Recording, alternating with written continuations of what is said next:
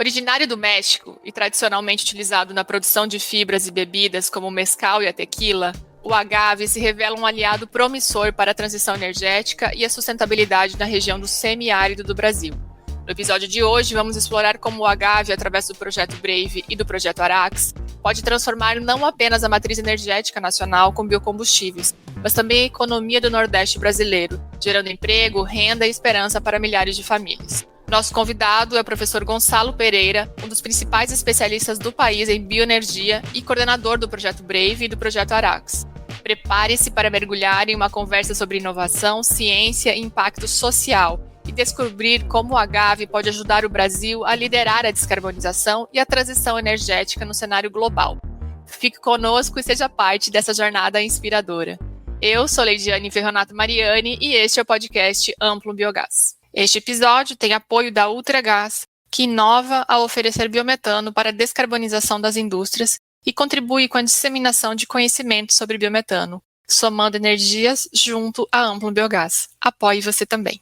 Sejam muito bem-vindos e bem-vindas a mais um episódio do podcast Amplo Biogás. Hoje teremos a alegria de receber Gonçalo Pereira. Ele é professor titular da Unicamp, coordenador do Laboratório de Genômica e Bioenergia, pesquisador 1A do CNPq, membro da Academia de Ciências do Estado de São Paulo, comentador Medalha Nacional do Mérito Científico, Top Voice do LinkedIn e tem diversas premiações, tendo sido em 2024 agraciado com o Prêmio da Economia Verde no Congresso Nacional.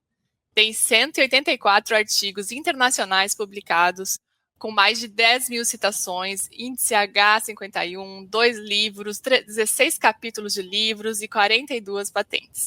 Foi cofundador e cientista-chefe da Granbio, primeira indústria de etanol de segunda geração do Hemisfério Sul, diretor do Laboratório Nacional do Bioetanol, coordenador do Programa de Genoma da Vassoura de Bruxa e do Programa Brave. Eu quero agradecer ao nosso convidado de hoje, Gonçalo, por estar aqui com a gente para compartilhar seu conhecimento e sua experiência em biocombustíveis e muito mais temas. Obrigada, professor Gonçalo, por ter aceito o nosso convite. É um prazer, é uma honra estar aqui. Agradeço muito pela gentileza, para a gente poder trocar algumas ideias. Muito obrigado. Obrigada a você. Também quero aproveitar para agradecer a você que está nos ouvindo agora, seja no carro, andando de bicicleta, em casa ou de onde quer que esteja. Sua companhia é o que torna esse podcast possível e super especial para nós. E antes de mergulharmos na conversa, você já sabe que a gente pede para você essa ajudinha. Se você ainda não fez isso, lembre-se de dar o like e 5 estrelinhas para o nosso podcast na sua plataforma preferida. Ative o sininho para não perder nenhuma novidade. Isso nos ajuda muito a continuar trazendo conteúdos de qualidade para você. Então vamos lá. Gonçalo, já falei, né? Já li seu currículo, já falei da sua carreira, das suas conquistas profissionais para os nossos ouvintes. Então agora conta para nós quem é você além do Gonçalo profissional. Divide conosco uma curiosidade do seu dia a dia, por favor. Eu gosto sempre de repetir isso, e para mim é verdade, sabe? Para mim, tudo é pessoal. Não existe nada que não seja, sabe, pessoal. É engraçado a gente ver esses filmes, né, de máfia. Não é pessoal, são só negócios. Para mim é exatamente o contrário. Não existe negócio. Absolutamente tudo é pessoal. Você sabe, quando eu brinco sempre, né? Quando eu leio meu currículo, eu digo, pô, deve ter sido minha mãe que enviou, porque eu não percebi nada disso. O que eu fui fazendo, eu não planejei nada, eu tenho consciência, né, que nós vivemos em regime de caos. Eu simplesmente tenho uma direção, vou seguindo e vou me divertindo muito. Eu poderia dizer que meu maior hobby é o que eu faço, mas além disso, né, eu tenho muito prazer mesmo, eu adoro, primeiro, ler. Ler, para mim, quer dizer, um livro é você participar de várias vidas, né, de várias experiências de vida. Para mim, nada substitui a leitura. Nada. O cinema é fantástico, mas a leitura de um livro é outra coisa, é outra conversa. E o segundo, uma coisa que eu gosto demais também é cuidar de plantas, olhar plantas, perceber plantas. Isso eu sempre adorei. Eu produzo cacau também, né? E o cacau ele é produzido embaixo de floresta, né? Cabruca. Então, eu não sei se eu gosto mais da produção do cacau ou do fato de que o cacau preserva a floresta, sabe? Então, eu diria que se eu tivesse que... Eu adoro isso. Eu acho que observar a natureza, observar, né, que é parte de nós, e nós somos parte dela, não sei se o nome é hobby, mas esse é um dos grandes prazeres que eu tenho, além do meu trabalho e, obviamente, de minha família, né?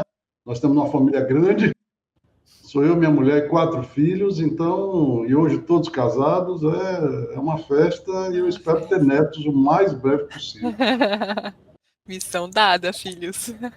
Que legal isso das plantas. Eu também tenho esse hobby, assim, de cuidar das plantas. E acho que a gente, nesse mundo acelerado... Tava falando com a minha mãe, né? Minha mãe veio me visitar nos últimos dias e a gente foi comprar algumas plantas. E eu falei pra ela que nesse mundo acelerado de hoje em dia, as pessoas não querem mais esperar a planta crescer. A gente já quer aquela planta linda dentro de casa, né? E o quanto a gente perdeu essa paciência de ver cada folha crescendo, né? Eu acho que lindo isso. Muito obrigado, professor, por ter compartilhado essa visão linda de mundo sua. Obrigado. Agora, gente, vamos para o que é o objetivo desse podcast de hoje, né? Que é falar sobre o agave, sobre o projeto Brave, sobre o impacto disso, sobre a relação disso com biogás e biometano. Então, professor, iniciando do básico, explica para a gente o que é o agave, né? Quais são os seus usos tradicionais e como, assim, ele está sendo visto como um cultivo promissor para a produção de biocombustíveis no semiárido brasileiro, né? Quais as características dessa planta que a tornam tão atrativa? Perfeito. Primeiro, sabe, uma coisa importante que a gente tem que ter em mente é que a civilização, né, ela se desenvolveu principalmente nos locais com um clima, digamos assim, um pouco mais ameno. E esse clima ameno nos ajuda a pensar, né? Provavelmente nós estamos aqui a uma temperatura de alguma coisa como 23 graus. Então a civilização se desenvolveu assim. Depois da Revolução Industrial, houve um verdadeiro boom, né? No número de pessoas que existem no planeta e no fato de que as máquinas precisavam de energia fóssil, né? Porque a máquina consome por muitas pessoas, obviamente faz o trabalho também de muitas pessoas, mas o fato é que todo esse desenvolvimento da agricultura, toda ela se deu em regiões temperadas. Então você pode observar o avanço que o milho teve, o trigo teve, a soja teve, avanços incríveis, sabe? E o fato é que nós acabamos deixando as regiões mais, digamos assim, desafiadoras, né? Os semiáridos. Eu não sei se vocês sabem, a maior parte das pessoas não tem isso com clareza, mas existe muito mais semiárido do mundo do que floresta tropical. Muito mais. Bom, então, uma área muito interessante, sabe, que há milhões e milhões de anos é semiárida, é a área do México. Então, a área do México era semiárida há milhões de anos. E o México se uniu, né? A América do Norte se uniu à América do Sul, né? Formando a América Central, há relativamente pouco tempo. Então, as espécies que evoluíram no México, elas têm uma evolução de uma resistência enorme ao semiárido. Bom, o que tem no agave, né? Que é tão especial? Primeiro, é uma planta mexicana, e ela tem um metabolismo muito interessante. Eu juro que eu não vou falar muito disso, vou ficar só... Mas é uma compreensão importante, principalmente para a gente que gosta de planta, que é o seguinte. A planta, a gente aprende a fotossíntese, né? Então, o que é a fotossíntese? O carbono do CO2, a planta captura esse CO2, né? Com a energia do sol, ela vai pegando esse CO2 como se fosse uma pecinha de Lego, sabe? Vai juntando 6 CO2, bem simplificado, tá? Juntando 6 CO2, enchendo de hidrogênio, que hidrogênio é energia, né?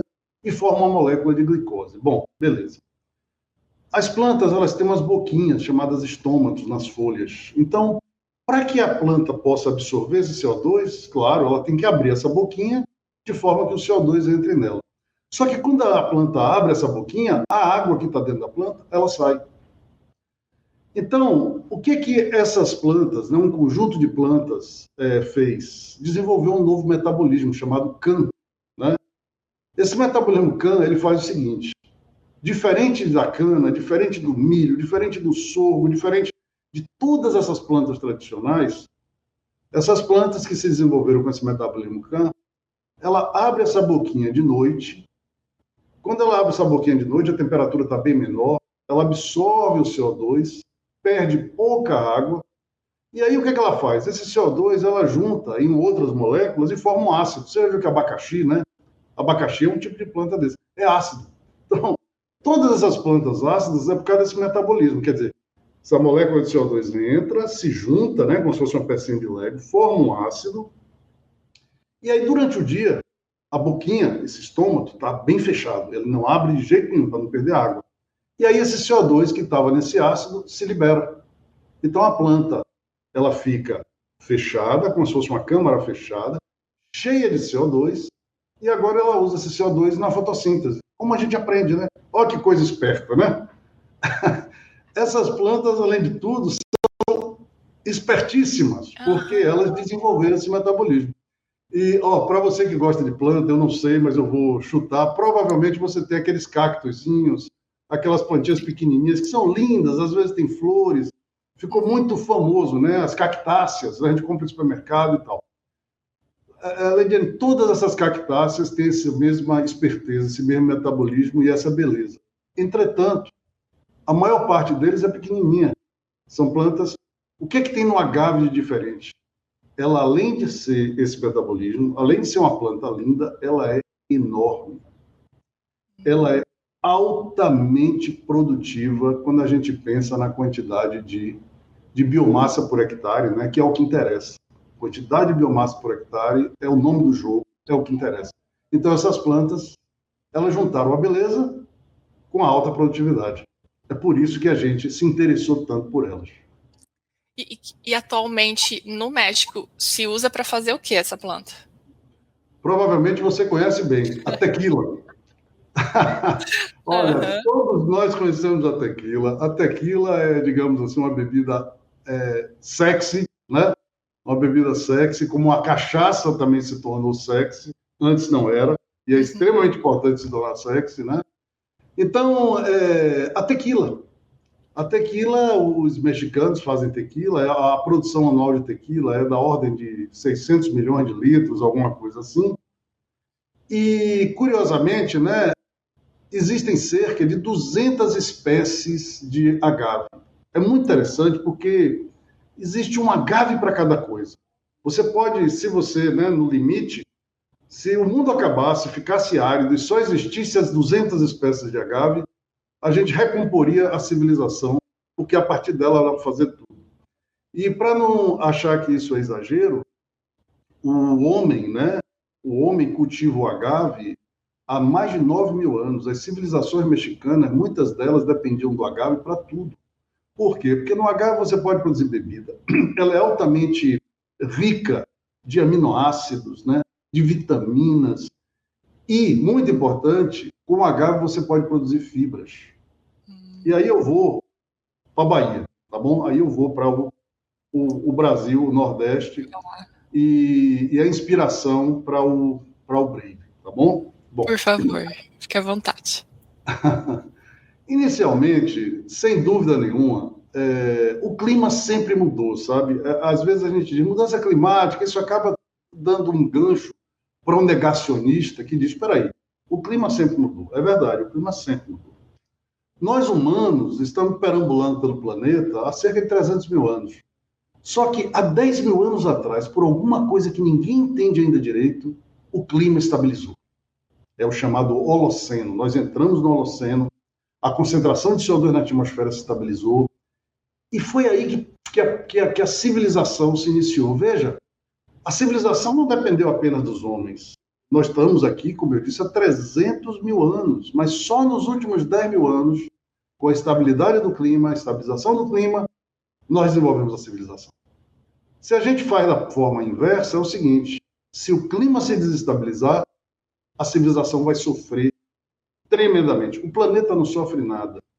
O planeta está vivendo o período mais soft que ele já viveu na sua história, de 4,5 bilhões de anos. Bom, então, em vista das mudanças climáticas, dessa coisa toda, da necessidade de aumentar a energia, porque é uma ilusão a gente achar que a civilização vai reduzir o uso da sua energia. Não, a gente vai aumentar e vai aumentar muito, muito, muito, muito mesmo. E aí nós começamos, para um breve histórico, fizemos uma iniciativa chamada Granbio, né, que virou uma grande empresa, para fazer etanol de segunda geração. E qual era a base do etanol de segunda geração? Rapidamente, o etanol de segunda geração ele é feito da celulose. Celulose é um monte de glicose conectada que a gente tem uma tecnologia para cortar essas glicoses. Então, assim como no caso da petroquímica, sabe? Qualquer petroquímica vai bem se o petróleo for barato. Nós começamos a desenvolver uma nova biomassa de alto desempenho chamada cana-energia. Foi um sucesso. Depois, essa empresa hoje foi vendida para uma empresa australiana chamada Nucid, que continua o desenvolvimento. Só que a cana-energia, assim como a cana, ela precisa de mais água. Meu pai é sertanejo, eu conheço as questões do sertão, sabe? Eu sou baiano, sou de Salvador, mas eu conheço bem.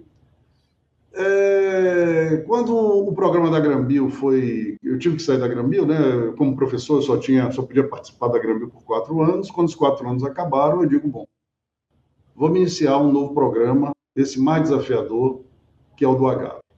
Eu tinha conhecido um australiano, sabe, o Don Chambers, que tinha essa ideia. O que eu estava fazendo com a cana-energia, ele queria fazer com o Agave, ele veio ao Brasil, me encontrou, eu adorei a ideia, e a partir de 2016 eu digo, olha, vamos começar. Então, nós começamos, colocamos aqui alguns alunos. O primeiro aluno, o Fábio Raia, que é o pioneiro do Agave no laboratório, se apaixonou pela cultura. E, como eu te disse, é tudo pessoal. Na hora que a pessoa se apaixona, o resto vem automaticamente. E nós começamos o programa. Bom, para fazer aí um pulo, em 2001, o pessoal da Shell, Alexandre Breda, o gerente de baixo carbono da Shell, se interessou pelo programa. Ficamos amigos virtualmente, e assim que a pandemia acabou, ele veio aqui no laboratório e disse, eu quero investir nisso aqui. Bom, e aí o programa Brave começa. Como é o programa Brave? Como eu te disse, existem cerca de 200 espécies de agave. Existe variabilidade, que para o geneticista é fantástico, porque a gente consegue encontrar as espécies certas.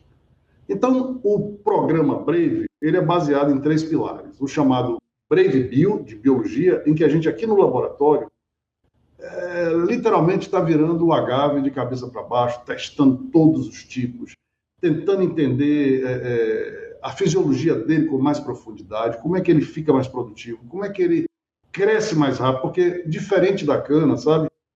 O Brave, o agave, ele o início do crescimento dele é lento. É como se fosse um humano, sabe? Tem a fase de bebê, que ele é muito frágil e tal, e daqui a pouco ele... A cana não, a cana parece mais como uma zebra, né? Já sai correndo, se não correr rápido. Então, a gente tem essa analogia. Então, é uma planta que você tem que cuidar. E no primeiro ano, no segundo ano, ela começa a disparar, né? Para dar números para você, porque daqui a pouco a gente vai entrar no biogás. A planta, no primeiro, segundo ano, ela vai devagarzinho. A partir do segundo para o terceiro ano, ela dispara. E até o quinto ano, ela atinge tamanhos realmente inacreditáveis. Para você ter uma ideia, na Austrália, o pessoal mediu, após 5 anos, com a agave tequilana, 880 toneladas por hectare. Ora, se depois de 5 anos a gente conseguiu 880 toneladas, se você divide por 5, né, vai dar mais de 100 toneladas por hectare. Lembrando que a cana-de-açúcar, em média, gera cerca de 80 toneladas por hectare. Então, é um pouco semelhante ao sistema do eucalipto, né? Você planta eucalipto agora, vai colher de 5, 7 anos, né? A depender do uso, 12 anos. Então, o agave tem essa característica. E no programa Brave Bio, no projeto Brave Bio, a gente busca acelerar, né? Quer dizer, cuidar desse bebê de forma que ele amadureça mais rapidamente, é um dos focos. Depois a gente pega essas plantas e converte em etanol de primeira geração, etanol de segunda geração, biogás e biochar. São os 4 principais produtos, além de ração animal e além também da possibilidade de produzir químicos, né? De alto valor agregado. Mas o nosso foco... E tudo isso a gente faz em laboratório, medindo a captura de carbono, fazendo as análises de ciclo de vida, fazendo isso tudo. Mas, veja bem, se a gente ficasse só aí, isso ficaria como um artigo científico, né? Um relatório, uma curiosidade. Então, nós fomos além e nos associamos ao Senai Cimatec. O Senai Cimatec é uma grande unidade do Senai que fica na Bahia, portanto, próximo ao sertão, e lá eles estão fazendo o projeto de mecanização e de industrialização, ou seja, o que a gente encontra no laboratório, né, isso vai para o campo, sob forma de mecanização, e para a indústria, sob forma de industrialização, de todos esses produtos que eu falei para você. Então, é um programa que, no total, hoje, ele está com cerca de 130 milhões de reais de investimento. Então, é um programa para não errar. Se a gente lembra bem do que aconteceu com o Pião Manso, né, a própria Mamona, quando o pessoal tentou biodiesel, não é que as plantas sejam ruins, mas foi frustrante porque não existia realmente um programa sólido por trás, né, por trás dele. Que você tem que ter um programa que vá do início ao fim, né, do todo o desenvolvimento, mas que o conhecimento chegue lá no campo para realmente valer a pena e dar segurança para o produtor investir nessa produção, né? E, professora, eu ia mesmo te perguntar, então, com o agave, a ideia é fazer todos esses tipos de biocombustíveis, produtos, matérias-primas, é todo um processo ligado muito fortemente à economia circular, né, que vocês estão planejando, que vocês estão desenvolvendo, certo? Perfeito. É isso. O que é o petróleo e o carvão? Petróleo e carvão são biomassa ancestral, né? Eles um dia foram biomassa, morreram, perderam oxigênio, e aí o homem, com a sua inteligência, disse, olha, está cheio de energia lá embaixo, vamos botar para cima. Só que o que é que acontece, Lidia? Você emite CO2. Uhum. E o CO2 aquece a atmosfera e a gente sabe. Então, essa é uma economia linear. Tá certo? Olha agora a beleza do agave. Qual é a pretensão? É transformar o agave num petróleo vivo. É o mesmo petróleo, só que é vivo. Se ele é vivo, como é que é o ciclo dele? Você sabe que o pessoal... As coisas vão ficando, né, como se diz hoje em dia, hype. Sexy. Hidrogênio. Ficou sexy. Meu Deus do céu, sempre foi o hidrogênio. O que acontece na fotossíntese? A água, a gente aprende, né? H2O, são 2 hidrogênios e um oxigênio. Com a energia do Sol, os fótons, a fotossíntese consegue tirar o hidrogênio da água, né? E colocar em uma molécula de carbono. Então, que beleza. Você tem CO2 e água na atmosfera. A planta, o agave, né, vai pegar isso aqui, converter em açúcar. O açúcar, não apenas o açúcar solúvel, né? E, aliás, ele acumula um polímero de frutose, mas também a biomassa, tudo isso vem desse açúcar produzido. E o que acontece depois? Isso volta a gerar CO2 e água. Olha que beleza. Você faz a coisa diferente do petróleo, né? Que quando ele fica gasoso, ele vira CO2 e acabou. Esse CO2, para voltar, você vai esperar milhões de anos. E a gente, né, no longo prazo, estaremos todos mortos. Como diria Keynes, a gente não tem esse tempo. Não vai dar Mas com a biomassa do agave, com a biomassa do agave a gente consegue, né? Em nossa vida. Agora, nada disso, embora tudo isso tenha uma lógica científica muito forte, nada disso é realidade se a gente não tiver, como você acabou de falar, a segurança para o empreendedor. Então, o que acontece? O programa Brave, como eu falei, a gente vai recompor o petróleo. Só que acontece, Lidiane, uma coisa interessante. A Bahia é o maior produtor de agave do mundo, né? As pessoas normalmente não sabem disso, mas o agave que a gente tem na Bahia produzindo é o agave que produz o sisal. Sabe a corda do sisal, né? A corda do sisal já foi valiosíssima, a fibra do sisal, antes das fibras sintéticas. Até a Segunda Guerra Mundial, havia verdadeiras batalhas entre países para ver quem produzia. Chegou a ser o maior produto de exportação do México. Mas com as fibras sintéticas e a entrada do petróleo, né, tudo isso acabou. Então, hoje, a fibra do sisal ela é vendida, curiosamente, embora você faça tapete, essa coisa toda, mas o principal uso dela é para amarrar fardos de feno na Holanda, na Europa, nos Estados Unidos. Olha que loucura. É uma fibra valiosíssima que hoje em dia não tem uso. Bom, e aí o que acontece? Se a gente olhar na internet, a gente vai ver, né, como é que é o processamento do sisal na Bahia. O pessoal fez uma maquininha, desenvolveu há muitos anos atrás, uma maquininha chamada Paraibana. Então, o pessoal pega as fibras do sisal, que parece uma espada grande assim, sabe?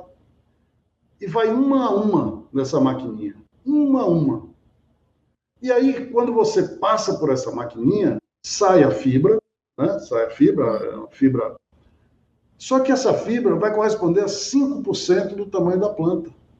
Então, 95% da planta fica lá no pé da máquina, que é um grande problema, e a gente, né, acostumou a chamar esse tipo de coisa de resíduo. Pelo amor de Deus, isso não é resíduo, né?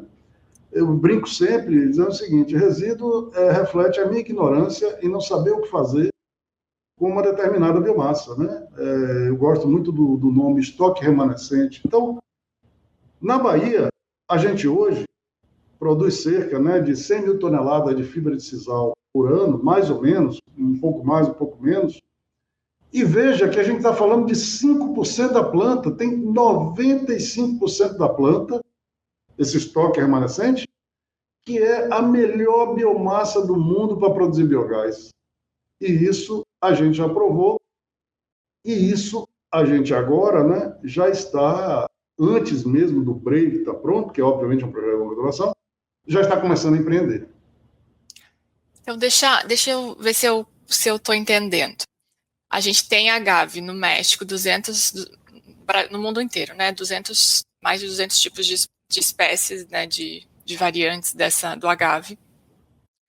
No Nordeste brasileiro, a gente também tem espécies do agave. E aí o projeto está desenvolvendo cultivares que sejam mais adaptados, que cresçam mais rápido, enfim, para todos esses produtos que estão sendo imaginados.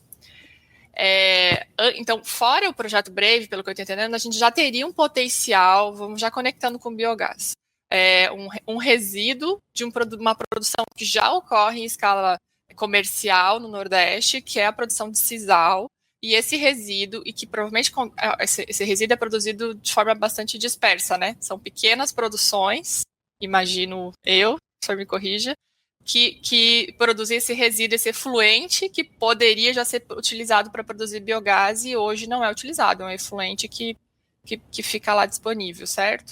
E aí tem ainda o projeto Brave, que daí a gente já conversa. Me explica um pouquinho mais essa parte desse efluente, desse potencial de biogás que já está disponível na produção de sisal, professor. Perfeito. Na realidade, a gente tem na Bahia... Não tem correção nenhuma. Perfeito. Parece que você estava lá vendo isso. Você falou... Perfeito. Só uma coisa. Na realidade, a Bahia, ela produz muito uma variedade, uma espécie chamada agave cisalana. E, obviamente, essa agave cisalana veio do México, inclusive de um porto chamado Porto de Sisal. Então, todos os agaves, né, fora uma ou duas espécies que tem lá pela América Central, mas que também originalmente veio do México, né, elas vieram do México. Então, na Bahia foi introduzido no início de 1900 e pouco e tal, por causa do valor imenso que tinha no sisal. Na realidade, essa planta ela foi introduzida em São Paulo. As principais produções de sisal, inicialmente, eram em São Paulo, mas São Paulo é muito úmido. E aí o pessoal, já na década de 20, 30, via que a Bahia provavelmente seria no futuro, né? Paraíba se tornou um grande produtor. Tanto que a gente tem aqui no Instituto Agronômico de Campinas um banco de germoplasma de sisal e as melhores pesquisas feitas com sisal no país, né? Vem aqui de Campo, curiosamente, você vê. Mas, de novo, o petróleo saiu atropelando tudo. Então, o interesse pela fibra de sisal despencou. Vamos lá.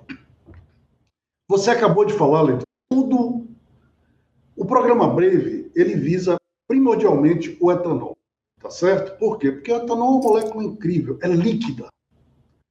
Mas o biogás é tão incrível quanto, porque pode também se tornar líquido, se for necessário, você pode converter em tudo. Então, o que acontece? Na Bahia, essas maquininhas paraibanas, elas fizeram com que a produção fosse completamente dispersa, como você acabou de escrever. Então, como é que funciona hoje? O pequeno produtor, são todos pequenos produtores, ele tem uma plantação de sisal. Aí, um belo dia, veja bem, é completamente desorganizado, como eu estou te falando. Um belo dia aparece lá uma família, 10 pessoas, geralmente, 8 a 10 pessoas, que levam essa maquininha, né, numa caminhonetezinha velha, um negócio assim, e instala na produção, na propriedade.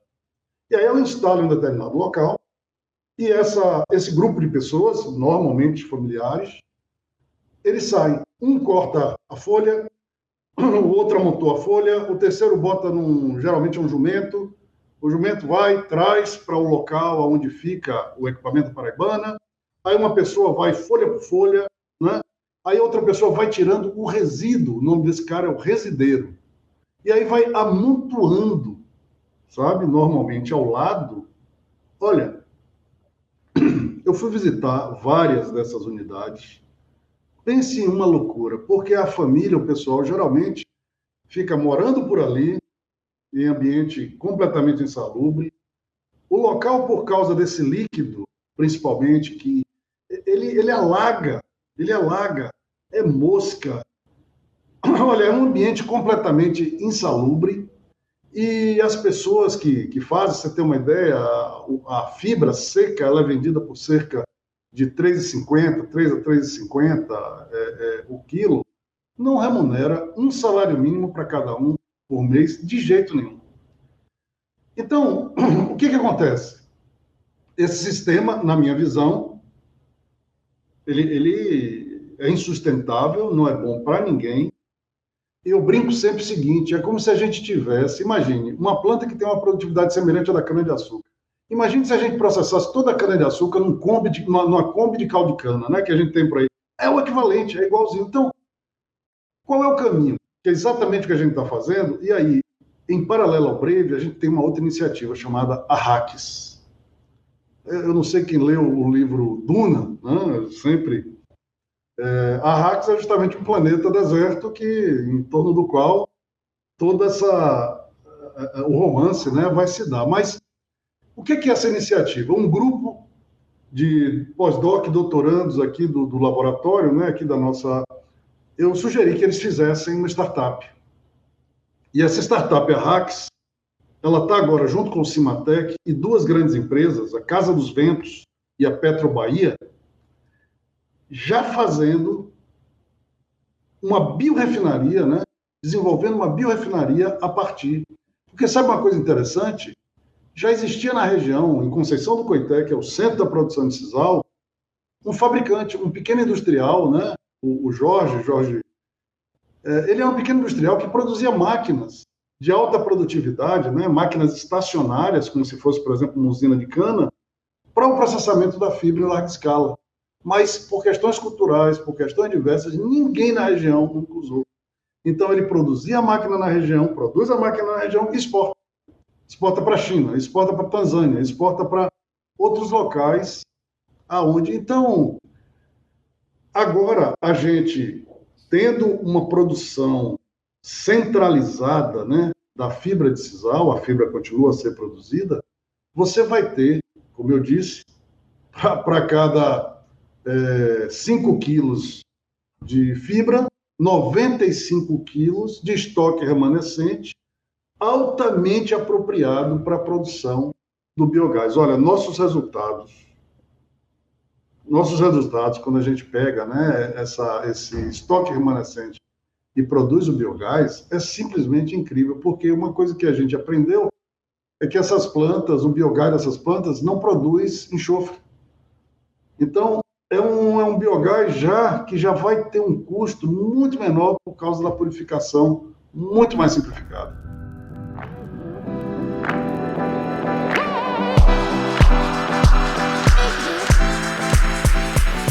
O Minuto Energia e Conhecimento começa agora. Oi, gente, aqui é Andressa Pereira, da Amplum Biogás. Hoje eu vim falar para vocês sobre o CSTR, sigla em inglês para Reator Contínuo de Mistura Completa. O CSTR é o modelo de biodigestor considerado mais avançado em comparação ao biodigestor de lagoa coberta.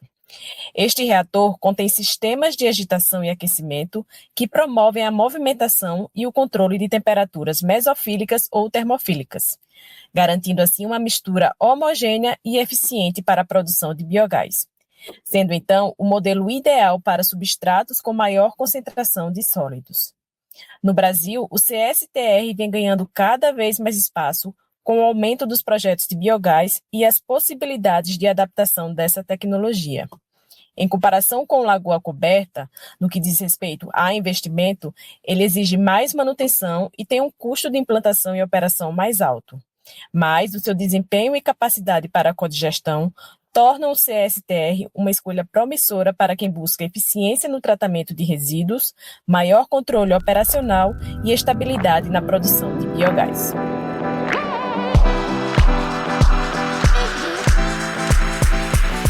Quer saber mais?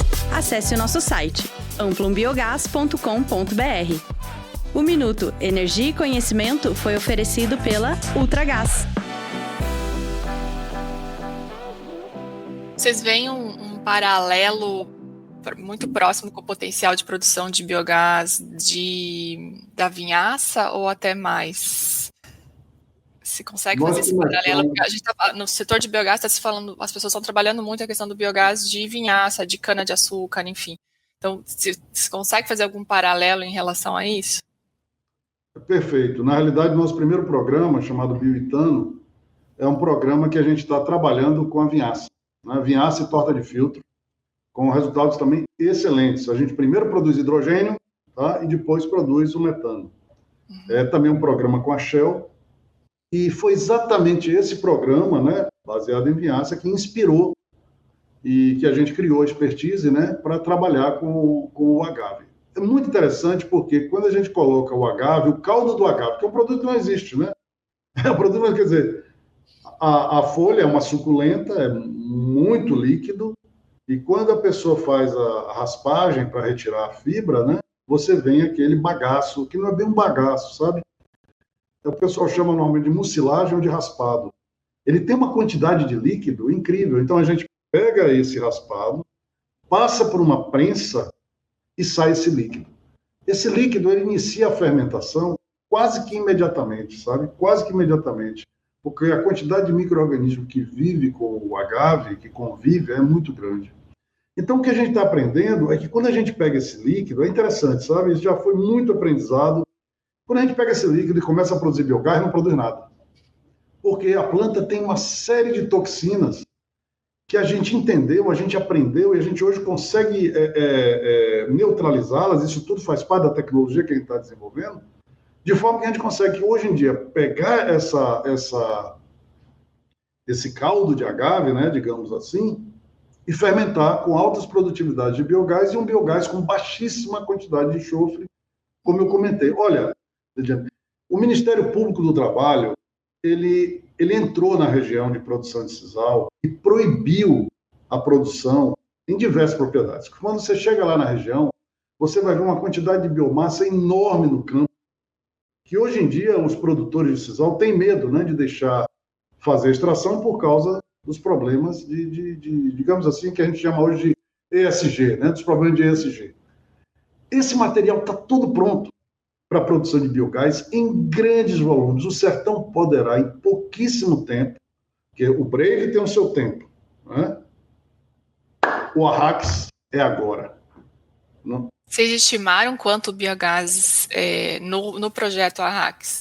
Quanto biogás daria para produzir hoje já, enfim, com essa tecnologia no Nordeste? Olha, nós temos isso, esses números ainda estão sendo refinados, claro. Okay. Mas os volumes são extraordinários, porque essas plantas, o pessoal da região, sabe, consegue tirar com pouquíssimo input de tecnologia, com praticamente nada, com cerca de 50 toneladas de folha, né, ano, 50 toneladas de folha ano, de biomassa total. Veja, se a gente coloca que 95% disso dá para ser utilizado para a produção de biogás e biochar, que é outra coisa que eu queria também comentar depois, os volumes são simplesmente... A gente começa a pensar, sabe, na adequação de se começar a colocar gasodutos na região, porque com o combustível do futuro, né, e a necessidade de você ter fontes de... Eu não tenho dúvida nenhuma de que o sertão brasileiro ele pode se tornar um grande produtor, até para cumprir as metas. E, novamente, no caso do biogás, não tem tecnologia de foguete. Você sabe que qualquer coisa, em princípio, produz biogás com mais ou menos eficiência. Mas agora, com a legislação, né, a regulação correta, e o combustível do futuro será extremamente importante, não tenho dúvida nenhuma. Tanto que eu não posso dar detalhes de algumas coisas, me perdoe, até alguns números eu não posso ainda dar, por razões. Mas uma grande empresa já decidiu fazer grandes investimentos para a produção de agave, no caso, com maior quantidade de açúcar, né, para a produção de etanol e biogás. Ou seja, há um ano atrás eu estaria falando com você de um projeto. Agora eu já consigo lidar com 100% de garantia que já tem grandes investidores fazendo os primeiros investimentos.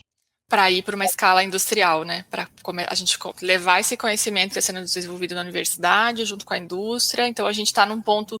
Quando que o professor acha que a gente vai começar a ter plantas numa escala industrial processando agave? Certo. No programa RACS, eu espero que o próximo ano, eu tenho pressionado, porque você sabe,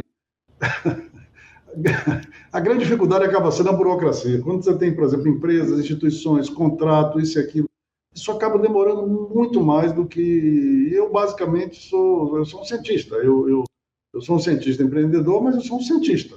Eu não sou, de forma nenhuma, um empresário, mas eu reconheço que ser um empresário não adianta nada descobrir nada, porque se não chegar na ponta, né, vira uma curiosidade. Não é o caso. Então, para responder o tempo, se você me perguntasse, olha, no mundo ideal, em 6 meses estaria já a primeira biorefinaria formando, porque a gente tem um conhecimento, a gente tem tudo. Então, tem essas partes contratuais, de financiamento, essa coisa toda, isso. Mas, mesmo assim, eu acho muito difícil que em 2015 a gente não tenha 2025, uma primeira, né, uma unidade piloto, porque a gente precisa de testar todos esses números, né? Eu já encontrei até o local, sabe? Mas eu não posso ainda... Tá bom. Então é algo de curto prazo, assim, o ARRACS, assim, é um projeto que vai gerar impacto em produção já no curto prazo. Então, além disso, dessa produção já onde o resíduo no processamento do sisal, para a produção do sisal, pode ser utilizado para produzir biogás e biometano, e vocês já estão fazendo as pesquisas para desenvolver a tecnologia necessária, né? Tem as suas particularidades esse substrato. Tem o projeto Brave, e aí o Brave é produção de etanol, e com o efluente da produção de etanol, que aí vai poder produzir biogás, é isso? Então são 2 projetos, ou são 2 caminhos diferentes que também chegam em biogás. Então, pode comentar um pouquinho sobre esse projeto, professor, também, assim, sobre o potencial de biogás dessa outra rota? Perfeito. Olha, sobre essa outra rota, eu queria fazer o seguinte comentário. Como eu disse, o agave, ele é a base da produção da tequila. Tequila é álcool, né? Então, se você perguntar, tem alguma chance de não conseguir produzir álcool? Não, zero, nenhuma. E, no México, o pessoal produz biogás a partir da vinhaça, né? Da vinhaça da tequila.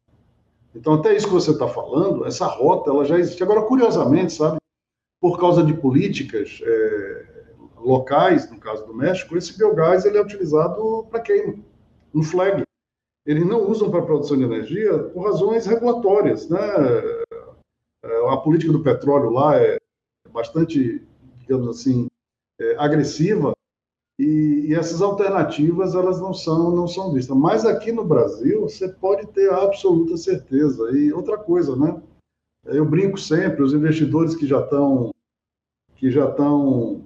apostando e fazendo, e vão fazer, e já estão trabalhando, eles dizem o seguinte: a gente tem um hedge. Caso não consiga chegar no preço, porque o problema agora é chegar no preço, sabe? Se eu for vender tequila por R$100, como a tequila é vendida, oh meu Deus do céu, tá pronto. Agora, se eu for fazer etanol combustível, que eu tenho que sair dele, né, com R$2 e tal, e a gente pode chegar lá, então a gente tem um processo pela frente que é o de otimização, de aumento de eficiência, em que o Brasil é uma liderança incrível. Quando você vê uma usina de etanol operando, é uma das maravilhas, eu diria, da civilização, e não é exagero. É incrível a logística, a eficiência, e a gente vai fazer a mesma coisa. Se você lembrar bem, quer dizer, você não vai lembrar, mas eu Eu estava vivo nessa época, na década de 70, quando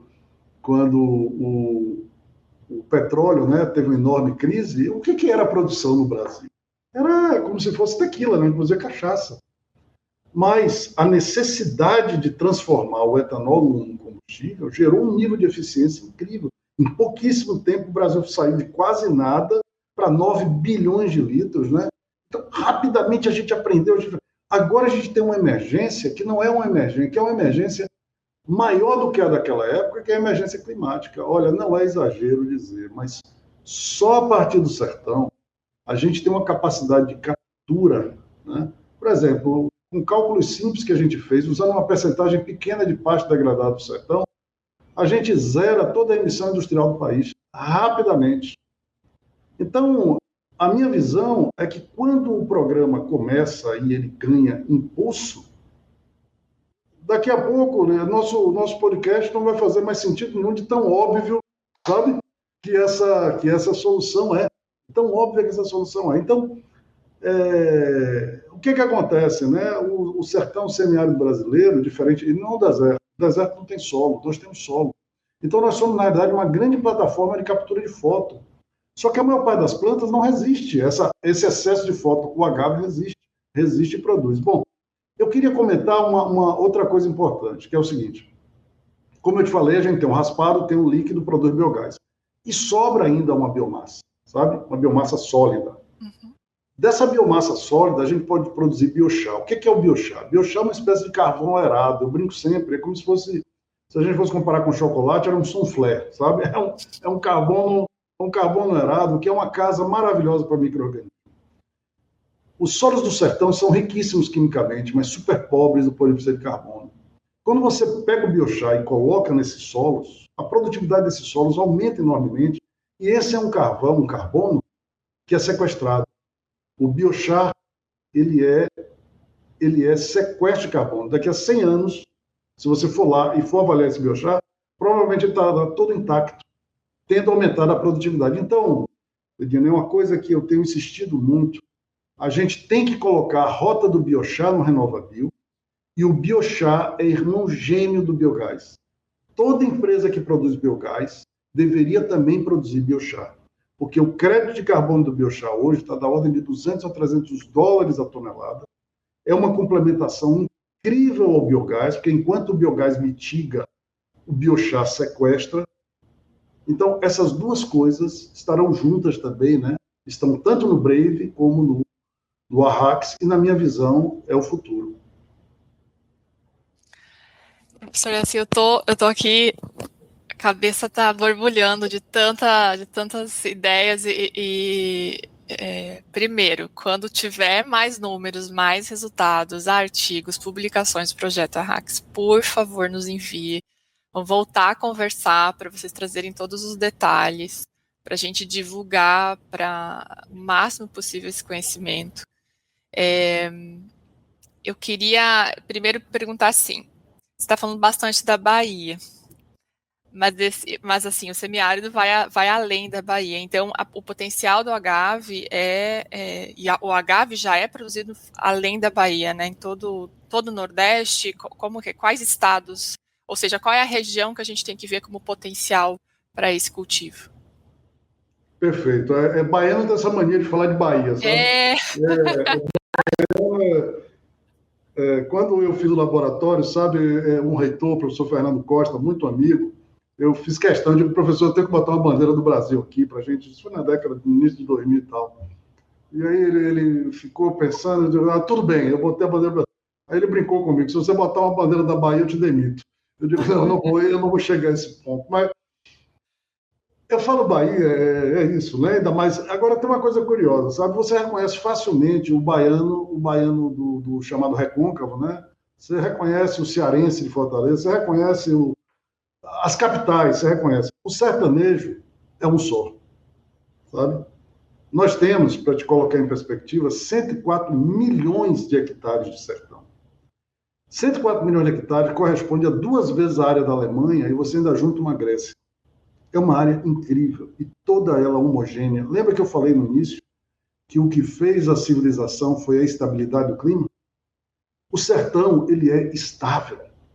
Ele é estável numa condição que a civilização entendeu como desafiadora, mas ela não é. Hoje a gente tem conhecimento. O sertão brasileiro é o semiárido mais populoso do mundo, extraordinariamente cheia de pessoas criativas. E hoje, Lidiane, nós temos um excedente de produção de energia eólica e solar. Você sabe o que nos falta no sertão? É uma coisa só: ar-condicionado. Só isso. Acredite em mim. Boa parte das emissões do mundo, ela se deve à climatização em países temperados. Por quê? Porque você precisa de pensar. Para você, o que faz o mundo ser o que ele é, o que fazem as grandes nações, não é venda de commodity.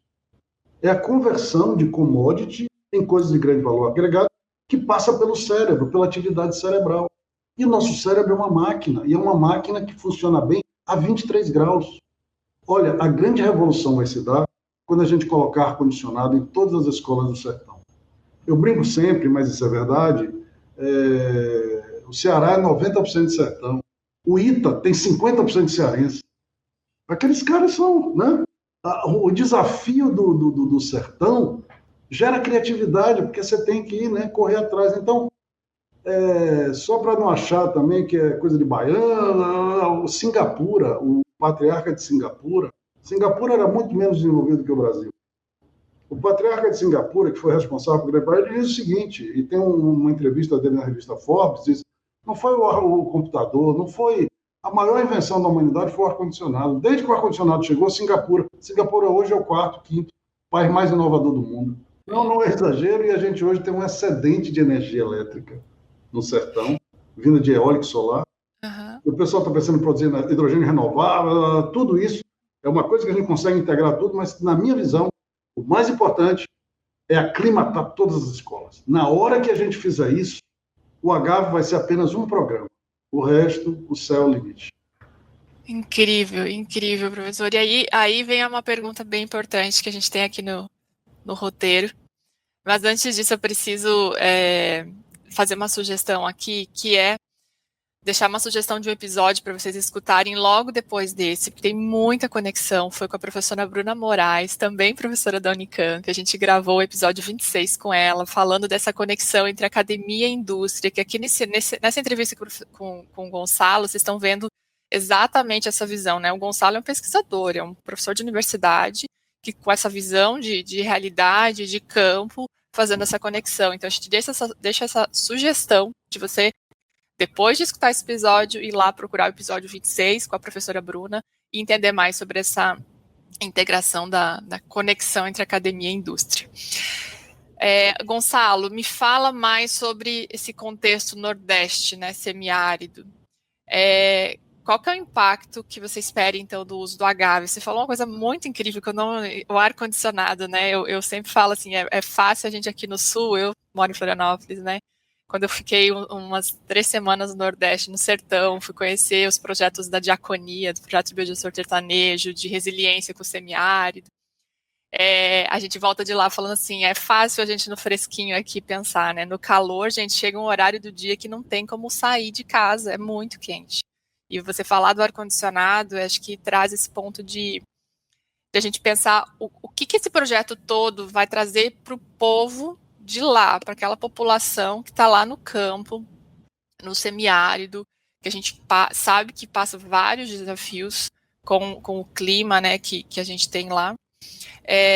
Como que vocês estão vendo para garantir que esse projeto não gere só benefícios para as grandes empresas, mas sim gere benefícios? Vocês estão trabalhando, tem alguma parte do projeto que é essa discussão de impacto local, de impacto de, até questão, queria te perguntar também sobre visão de monocultura, né, para a gente, como não gerar um impacto, acabar gerando impacto negativo na região? Perfeito. Olha, se você me perguntar qual é o principal objetivo do programa Brave, né, eu vou dizer, é gerar emprego. O resto é consequência. Como é que a gente gera emprego? Você sabe que um dos meus maiores motivadores, em 2016 para 2017, eu passei o fim do ano, né, o Réveillon, no Rio Grande do Norte, uma praia linda chamada Galinhos. E lá eu vi muita eólica. A gente, inclusive, eu fui de carro, passava por uns campos de eólica, eu não via ninguém trabalhando. Ninguém, zero. Se você for um campo de eólico, um campo de sol, não tem ninguém trabalhando. Quando eu voltei, eu até fiz uma gravação dizendo isso, esse ano eu vou entrar no programa do Agave, isso aqui a gente vai botar para valer, porque a gente quer gerar emprego. Olha, eu sempre cito isso, preste atenção, Ribeirão Preto. Olha o que Ribeirão Preto é hoje. Ninguém lembra que aquilo ali começou, logicamente, teve o ciclo do café, tudo isso e tal, mas o ciclo do café não trouxe industrialização local. Tudo aquilo começou com pé de cana. Olha, na hora que você começa a processar a cana, um processo de biorefinaria, né? Como é que começou? Né? Começou, precisa de mais etanol, década de 70, começa a produzir mais etanol. Oh, meu Deus do céu, tem um excedente de bagaço, o que a gente faz com esse bagaço? Meu Deus, era bagaço para todo lado, era um bagaço. Aí um cara teve a ideia, peraí, vamos pegar esse bagaço para gerar energia. Hoje, o bagaço da cana, acho que é a segunda ou terceira maior matriz de produção de energia. Oh, meu Deus do céu, vinhaça jogando no rio, contaminando o rio. Aí vem um cara e diz, não, peraí, essa vinhaça pode servir para adubação, se a gente colocar na... Hoje em dia o pessoal disputa vinhaça na adubação. Aí aparece mais recentemente, né, eu dou sempre esse crédito ao Alessandro Garderman, né, que você provavelmente conhece, que ele realmente veio com... Vamos botar biogás. Agora está brigando pelo biogás, né? E agora, Alessandro me mandou também recentemente um projeto dele para produzir SAF, bioquerosene de aviação, a partir... Porque, olha, na hora que você tem carbono e hidrogênio juntos, né, quando você tem essa pecinha de Lego básica, o céu é o limite, você produz qualquer coisa, né? Com a industrialização.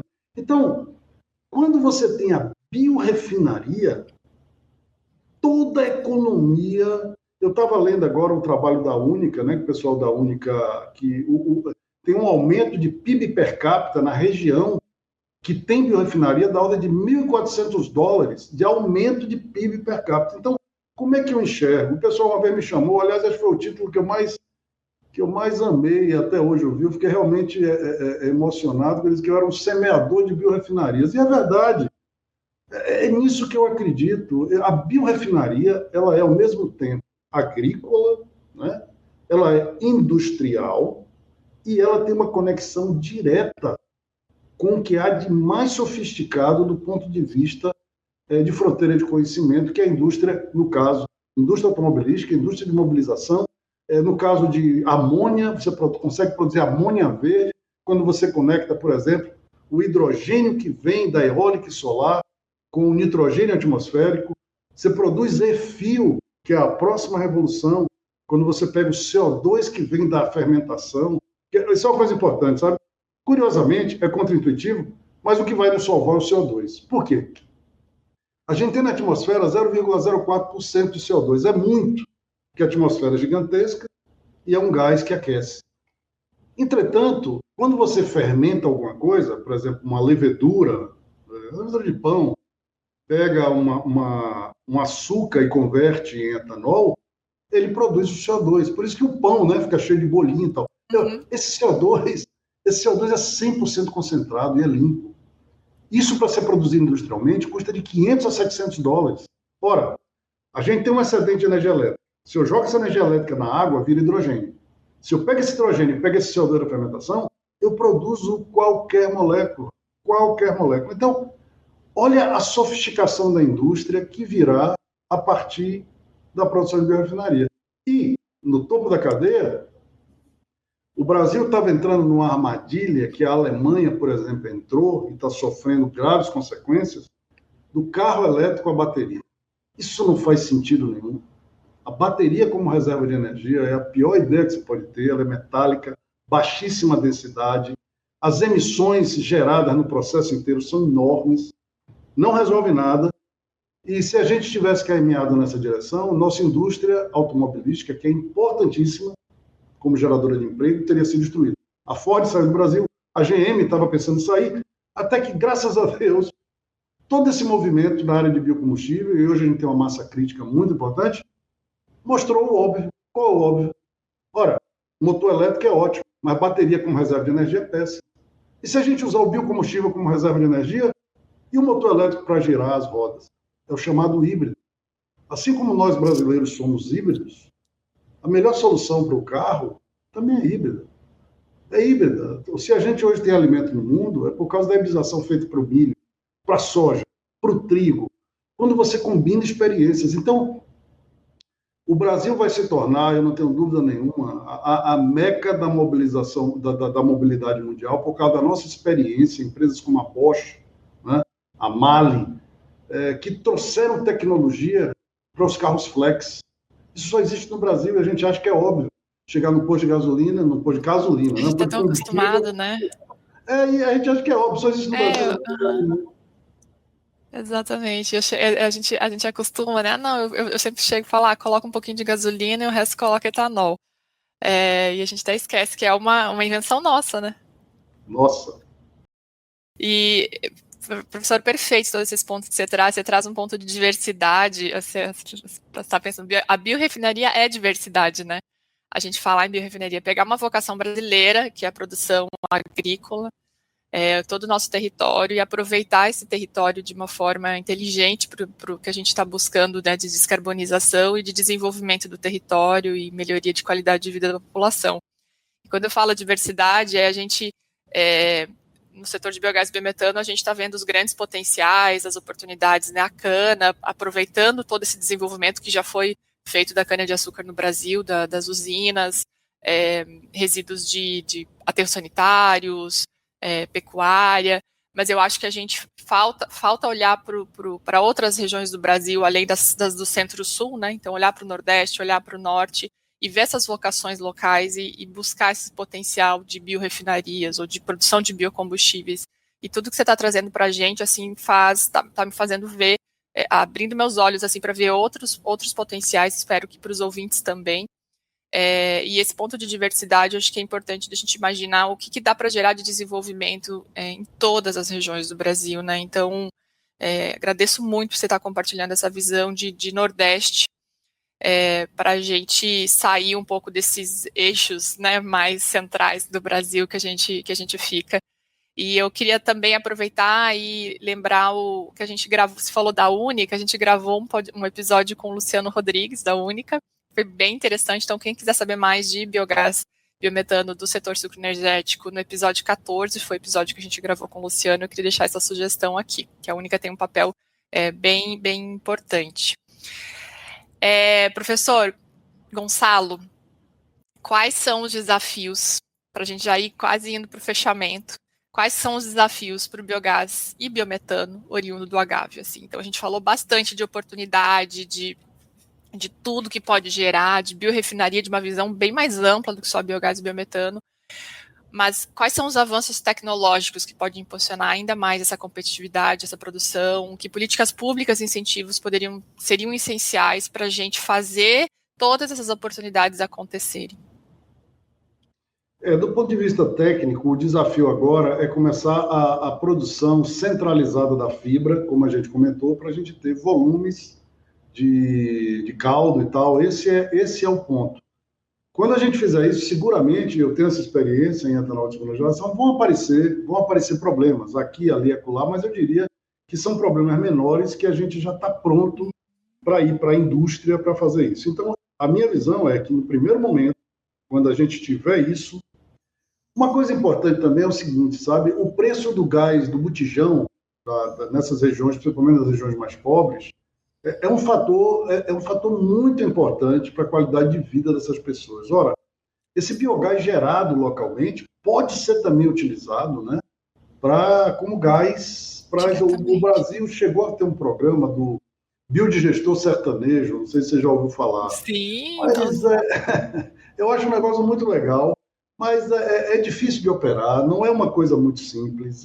Quer dizer, não é, por exemplo, como um cara ter uma cisterna que faz as calhas e tal. Na prática, o funcionamento disso, o resultado disso não tem sido, né, muito... É muito melhor você ter uma coisa centralizada que o gás já saia. Então, para o biogás especificamente do agave, né, eu diria que o desafio maior é esse, é ter, como a gente está fazendo no Arrax, é ter o primeiro investimento, é ter o primeiro... Daí em diante eu não enxergo mais problema nenhum, tem os mercados locais, realmente eu não consigo enxergar o que é que pode dar errado. Segundo, sem dúvida nenhuma, as políticas que estão sendo geradas são políticas extraordinárias, como combustível do futuro, RenovaBio, são políticas porque a gente não dá para competir com petróleo. Isso é uma coisa que todo mundo tem que ter muito claro. Eu vou competir com petróleo em preço. Não dá. Por quê? Porque petróleo custa qualquer coisa. O petróleo custa o preço que você quiser. O custo de exploração de petróleo, em muitos lugares, é $3, $4, $5 o barril. Então, eu brinco sempre, é como se você tivesse uma empresa em que você é um herdeiro bilionário, e uma outra que você tem que girar a empresa com aquilo que a empresa ganha. Então, é isso. Dá para comparar o desempenho das duas empresas? Não dá. Entretanto, essa empresa que está vivendo com o que ela gera é uma empresa muito mais sustentável. É uma empresa que tem uma possibilidade de uma vida longa, de geração de emprego, muito maior, né, do que uma outra. Então, essa é a situação do mundo. Sem dúvida, a gente vai precisar de incentivos. Por exemplo, eu vejo um industrial, por exemplo, que queira se instalar, principalmente nesses primeiros momentos, para produzir, ele tem que ter, né? Ele tem que ter grant, ele tem que ter recursos não reembolsáveis. Eu não gosto dessa história de fundo perdido. Fundo perdido parece que você está jogando fora alguma coisa, né? Mas recursos não reembolsáveis, que é como todos os países do mundo fazem. Então, eu diria que a gente está num momento, e aí voltando à questão da governança, hoje com a internet facilitou muito a governança. Ficou muito mais fácil você identificar desvio, mau uso de recurso público. Agora, essas empresas que estão iniciando, elas têm que ter um apoio determinado, sabe? E, de novo, é só para começar. Depois que começar, como negócio é excepcional. Perfeito. Professor, eu te admiro muito como pesquisador e professor, fico te chamando de professor, né, Gonçalo? Não tem como não ter essa referência. Para a gente fechar, a última pergunta mais técnica, qual que é a sua opinião, de forma muito sucinta, sobre transição energética? A gente está fazendo a tarefa de casa como deveria no Brasil, ou ainda há muito a ser feito? Como você está? Está otimista? Está pessimista? Eu tô realista e o que eu vejo é que não tem como não dar certo. É absolutamente excepcional a posição do Brasil. Nosso problema de transição energética é um só, queima de floresta. É só isso, mais nada. A gente tem que conseguir, novamente com tecnologia, né, eliminar essa queima criminosa. Fazendo isso, o nosso próximo passo o Brasil não pode querer ser um país carbono neutro. Isso é pouca ambição demais. Nós temos que ser um país carbono negativo. Nós temos capacidade. Eu fiz uma conta de padeiro aqui rapidamente, sabe? A gente sempre olha assim, os europeus fazem muito isso. Quantos mil quilômetros um carro elétrico tem que andar para começar a valer a pena ter um carro elétrico por causa da mineração, né? Por causa o pessoal chega a 100 mil quilômetros. Imagina, você tem que andar 100 mil quilômetros com um carro elétrico para ele começar. Eu penso o contrário, sabe? Se a gente faz carros híbridos, se a gente coloca biochar no solo, se a gente usa biocombustíveis, a minha conta é a seguinte: quantos quilômetros um carro tem que andar para ele ficar carbono neutro? Porque, embora seja contra-intuitivo, quanto mais você queima o biocombustível, esse CO2, na realidade, você capturou 100 e emitiu 80. Então, esses 20, você capturou. Quanto mais você anda com o carro, é como se ele fosse um sugador, sabe, de CO2 da atmosfera. Então, o Brasil tem que ser carbono negativo. Todos os carros brasileiros têm que ter um número de quilômetros que, ao ele rodar com biocombustível, e aí a gente tem que começar a avançar. E, para finalizar, uma ideia que eu acho que é central é o seguinte: nós não somos sérios. Nós, humanos, somos uma máquina. Nós, humanos, e qualquer organismo, na verdade, se você olhar com calma, né? Organismo animal, principalmente, nós somos uma máquina de sexo e jogo. É mais nada.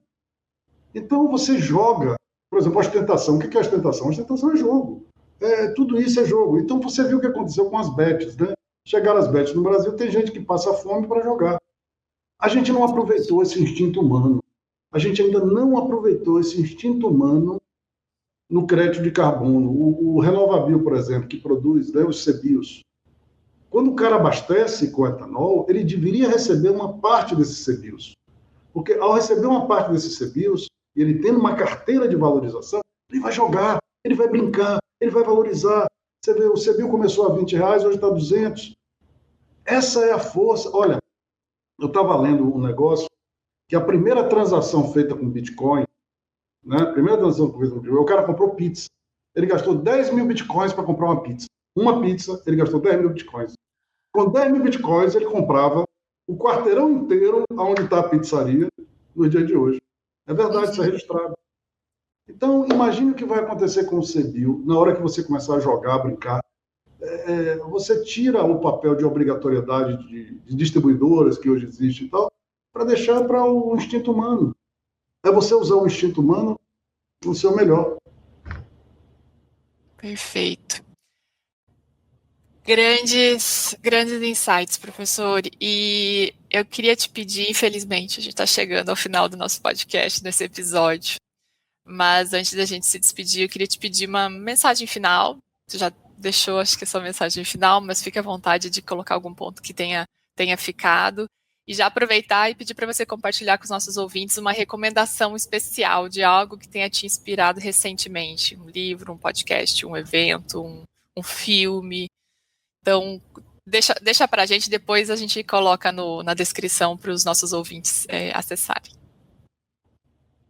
Tá bom. Bom, primeiro eu dizer o seguinte, que o Brasil, sem dúvida nenhuma, é o país do futuro. E o futuro chegou.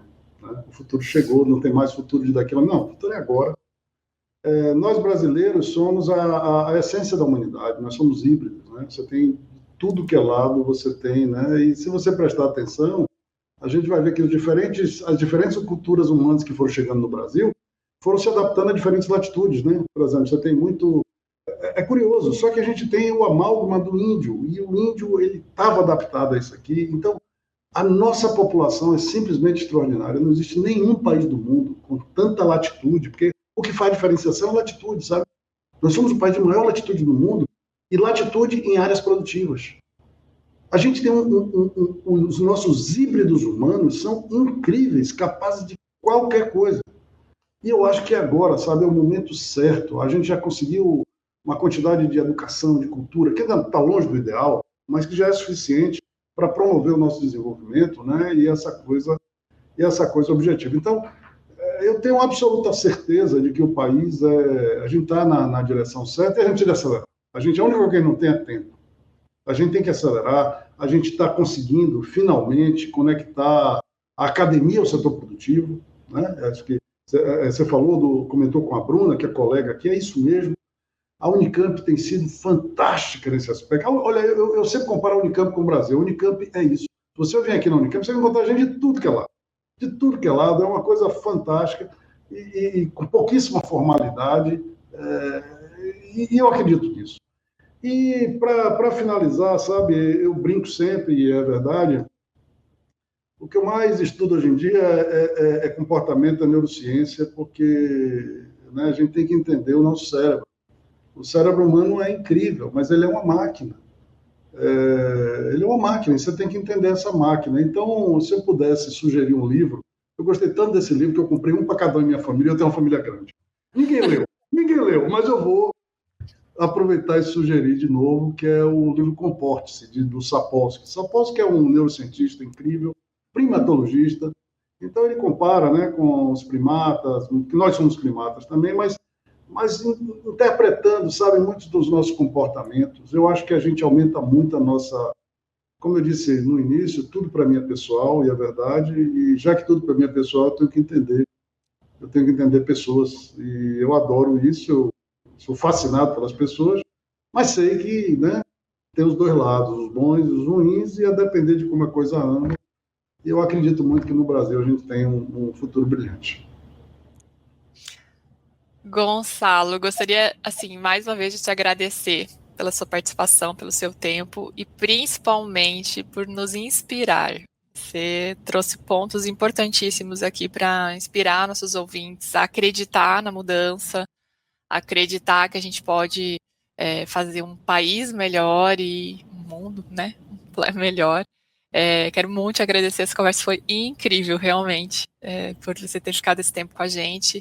Parabenizar você, todos os envolvidos no projeto Brave, no projeto Arraques, pelo trabalho incrível que vocês estão desenvolvendo para essa nova indústria do Brasil, com especial dedicação aí ao semiárido, ao Nordeste brasileiro. te admiro, acompanho o teu trabalho há muito tempo pelas redes sociais, pelo LinkedIn, pelos eventos, então foi uma honra te receber aqui, ter essa conversa. Volte novamente quando tiver mais novidades relacionadas a todos esses temas, assim, a gente vai ficar te esperando quando você tiver novos resultados, quando tiver um lançamento, avisa, vamos marcar, a gente conversa, vamos divulgar isso tudo, porque a gente precisa de mais inspiração e esperança para a gente acreditar que sim, é possível a gente lutar contra tudo isso que vem acontecendo, que em alguns momentos a gente até desanima, né? Meu Deus, será que é possível? Não, te ouvindo aqui hoje, eu saio acreditando que sim, é possível. Obrigada. Eu fico muito feliz de ouvir isso e acredito de verdade. Foi uma honra, um prazer, uma delícia de conversa. Muito obrigado. Obrigada. E a você, ouvinte, muito obrigada por sua audiência. Ficaremos felizes em receber sua opinião e perguntas sobre este episódio, assim como sugestões de pautas e de profissionais. O nosso e-mail é contato@amplumbiogás.com.br. Agradecemos também a Ultragaz por apoiar esse episódio e por somar energias, levando conhecimento de qualidade a ainda mais pessoas. Este episódio foi produzido por Amplum Biogás, empresa que oferece cursos e consultorias para o mercado de biogás e biometano. Conheça mais sobre o nosso trabalho em amplumbiogás.com.br e nas redes sociais é só buscar por @amplumbiogás. Lembre-se de deixar o seu like neste episódio e recomendá-lo para os seus amigos que possam gostar do tema. Um abraço de toda a equipe Amplum.